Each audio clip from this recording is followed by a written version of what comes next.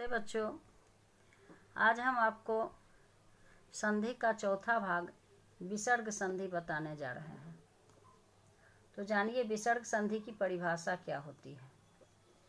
विसर्ग के साथ स्वर या व्यंजन वर्ण का मेल होने से जो रूप बदलता है उसे विसर्ग संधि कहते हैं। इसकी विशेषता यह है कि स्वर या व्यंजन ही विसर्ग के रूप को बदल देते हैं। अब देखिए इसका नियम क्या है।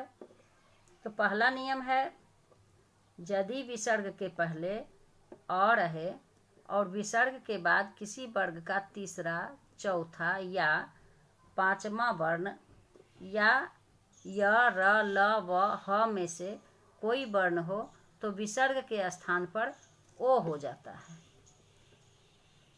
जैसा कि हम देख रहे हैं, मन जोड़ रथ बराबर क्या हो गया, मनोरथ।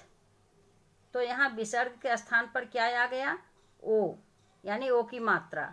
उसी तरह से है अधः जोड़ गति, अधोगति। मनः जोड़ बल, मनोबल। मनः जोड़ हर, मनोहर। चलिए नियम नंबर 2, यदि विसर्ग के पहले अ या आ को छोड़कर कोई दूसरा स्वर हो या किसी वर्ग का तीसरा, चौथा या पांचवा वर्ण हो या य, र, ल, व में से कोई वर्ण हो तो विसर्ग के स्थान पर र हो जाता है। जैसे निह जोड़ आधार, निराधार। निह जोड़ उपाय, निरुपाय। निह जोड़ गत, निर्गत। निह जोड़ गुण, निर्गुण। अब आइए देखते हैं 3 नंबर में क्या है। तो 3 नंबर में है, यदि विसर्ग के बाद च या छ या तालव्य श रहे तो विसर्ग का तालव्य स हो जाता है। जैसे निह जोड़ चल, निश्चल। निह जोड़ छल, निश्चल। निह जोड़ चय, निश्चय। दुह जोड़ शासन, दुशासन। इसी तरह से अब देखते हैं नियम नंबर 4। इसमें क्या होता है, यदि विसर्ग के पहले हरस्य ई या हरस्य उ रहे और विसर्ग के बाद क, ख, प, फ, ट, ह में से कोई वर्ण हो तो विसर्ग का मूर्धन्य स हो जाता है। जैसे दुह जोड़ कर्म, दुष्कर्म। यहाँ हम देख रहे हैं कि विसर्ग के बाद क आया है तो क्या हो गया, दुष्कर्म। निह जोड़ पाप, निष्पाप। यहाँ विसर्ग के बाद प है तो यहाँ क्या हो गया, निष्पाप। उसी तरह से निह जोड़ फल, निष्फल। चतुह जोड़ खंड, चतुष्खंड। निह जोड़ ठुर, निष्ठुर। धनुह जोड़ टंकार, धनुष टंकार। अब आइए देखते हैं नंबर 5। यदि विसर्ग के बाद र रहे तो विसर्ग का लोप हो जाता है और उसके पहले वाला स्वर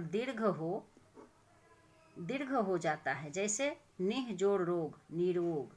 निह जोड़ रस, नीरस। हरिह जोड़ रम, हरिरम्य। अब 6ठा नंबर है, यदि विसर्ग के बाद तालव्य स, मूर्धन्य स और दंत स में से कोई वर्ण हो तो विसर्ग भी उसी वर्ण में बदल जाता है। जैसे निह जोड़ संदेह, निस्संदेह। निह जोड़ शंक, निशंक। निह जोड़ सार, निसार। दुह जोड़ शासन, दुशासन। अब देखते हैं 7वां नियम। यदि विसर्ग के पहले अ हो और उसके बाद क, ख या प हो तो विसर्ग का रूप नहीं बदलता है। जैसे अंतःपुर, अंतःपुर। प्रातःकाल, प्रातःकाल। हम देख रहे हैं यहाँ कि शब्द ज्यों का त्यों रह जाता है। तो उसी तरह से अब देखते हैं नियम नंबर 8 में क्या होता है।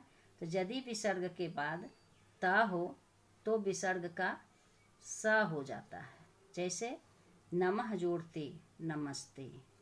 निह जोड़ तेज, निस्तेज। निह जोड़ ताप, निस्ताप। अब हम नीचे कुछ प्रश्न दे रहे हैं, इसका आपको लिखना है। यह प्रश्न है संधि विच्छेद करने का। तो कुछ शब्द दिया जा रहा है जिसका आपको संधि विच्छेद करना है। जैसे अत्यधिक, अत्याचार, अतीव, अन्वय, अत्यंत, आशीर्वाद, आविष्कार, आच्छादन इत्यादि।